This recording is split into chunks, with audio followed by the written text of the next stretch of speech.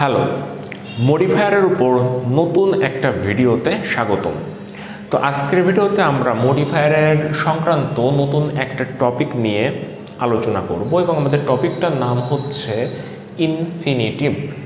পরীক্ষাতে কিভাবে আসে সেটা একটু প্রথমে দেখি, তাহলে আমাদের বুঝতে সুবিধা হবে। তো আমি এখানে একটা এক্সাম্পল নিয়েছি, some proper steps should be taken dash corruption. ড্যাশের পরে এখানে আমাদের ব্র্যাকেটের মধ্যে একটা ক্লু দেওয়া আছে, ইউজ অ্যান ইনফিনিটিভ, অর্থাৎ এই শূন্য স্থানে একটা ইনফিনিটিভ বসিয়ে আমাদের সেন্টেন্সটা কমপ্লিট করতে হবে। ইনফিনিটিভ এখানে মডিফায়ার হিসেবে কাজ করবে। এখন যথাযথ আমি বলবো যে ইনফিনিটিভ কী জিনিস সেটা আমাদের জানতে হবে, না জানলে কিন্তু এটার অ্যান্সার আমরা করতে পারবো না।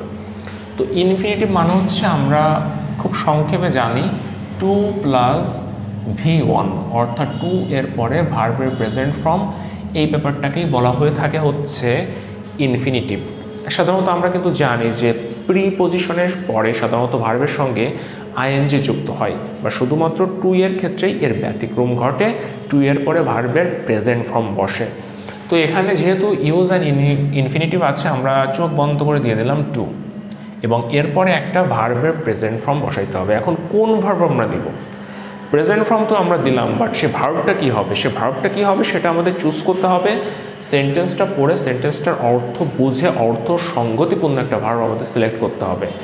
যেমন এবার আমরা আরেকবার পড়ি, some proper steps should be taken dash corruption, অর্থাৎ এটা পড়ে আমরা যেটা বুঝতে পারতেছি, কিছু প্রয়োজনীয় পদক্ষেপ নেওয়া উচিত কারাপশন, দুর্নীতি কী করার জন্য, বন্ধ করার জন্য, এরকম কিছু বোঝাচ্ছে, তাই তো? তাহলে আমরা দিতে পারি টু স্টপ কারাপশন। আর একটু ভালো করে দিতে পারি টু এলিমিনেট কারাপশন। এলিমিনেট মানে হচ্ছে বাদ দিয়ে দেওয়া। To remove corruption. ওকে, তো এই ধরনের অর্থ সঙ্গতিপূর্ণ একটা ওয়ার্ড কিন্তু আমাদের চুজ করতে হবে এবং টু এর পরে সেটার প্রেজেন্ট ফর্ম বসিয়ে দিতে হবে। Thanks for your time.